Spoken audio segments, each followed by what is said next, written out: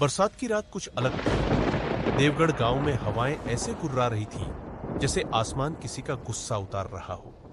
चमकती बिजली गांव की सीमा पर स्थित पुरानी शाही हवेली को हर कुछ सेकंड में सफेद कर देती। हवेली के भीतर राजीव और माया अपने दो छोटे बच्चों को सुलाने ही वाले थे कि अचानक धड़ाम, दरवाजा अपने आप खुल गया। हवेली के कोने में रखी मोमबत्तियां बुझ गई। एक काली परछाई हवा के साथ कमरे में घुसी और अगले ही पल हवेली आग की लपटों में घिर गई। चीखे, धुआं, भगदड़ सब खत्म हो गया।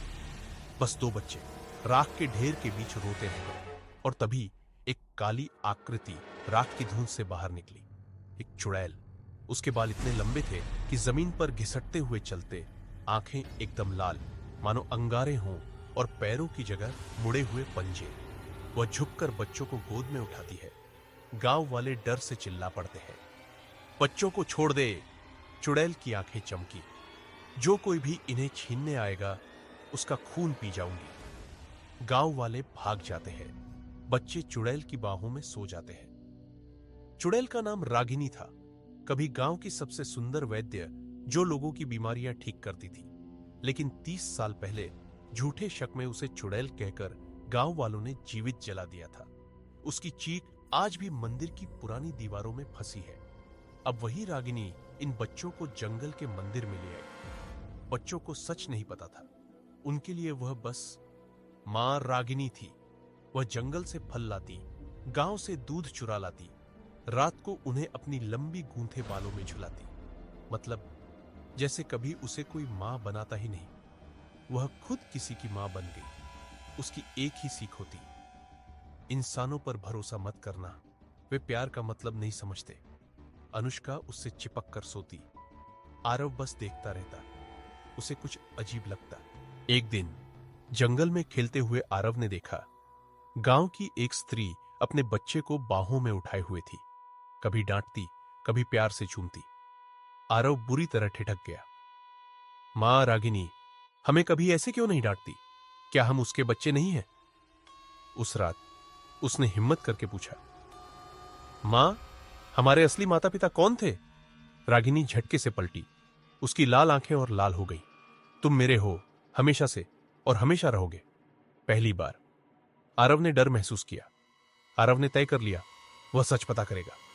एक सुबह वह और अनुष्का चुपके से मंदिर से निकल गए और उस हवेली की राख तक पहुंचे। दीवारों पर धुएं के निशान, जलते लकड़ी की बदबू अब भी हवा में थी। एक टूटा फोटो फ्रेम मिट्टी में दबा हुआ, उसमें राजीव और माया तस्वीर खींचे खड़े थे, आरव और अनुष्का को गोद में लिए हुए। अनुष्का टूट गई। भैया, ये तो हमारी मम्मी पापा है। आरव रोते हुए अनुष्का को गले लगाता है। हमसे झूठ बोला गया था। उसी पल हवा ठंडी हो गई। आसपास कौवों की आवाज बंद हो गई और अचानक पीछे से, मैंने कहा था इंसानों के पास मत जाना। रागिनी खून सी लाल आंखों से उन्हें घूर रही थी। आरव कांपते हुए बोला, क्या तुमने हमारे माता पिता को मारा था? रागिनी की आंखों की चमक धीरे धीरे रोशनी में बदल गई।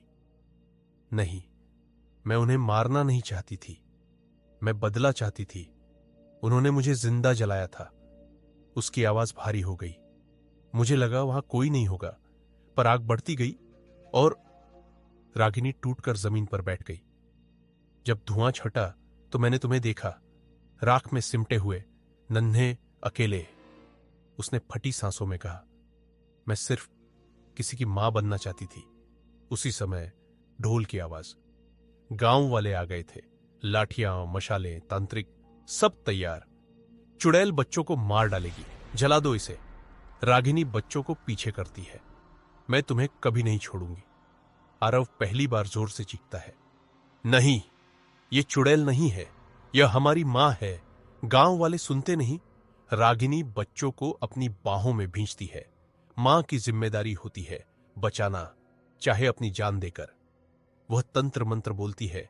उसके बाल हवा में लहराते हैं, लपटें उसके पैरों के आसपास घूमती है। तेज सफेद धुआं हर चीज को ढक लेता है।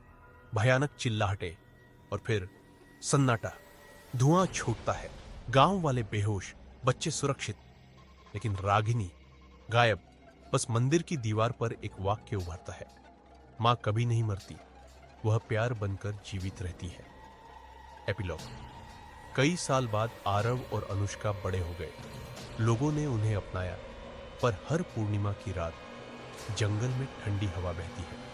हवेली के खंडहर में दीवारें कांपती है और हवा में एक आवाज तैरती है, आरव, अनुष्का, खुश रहना।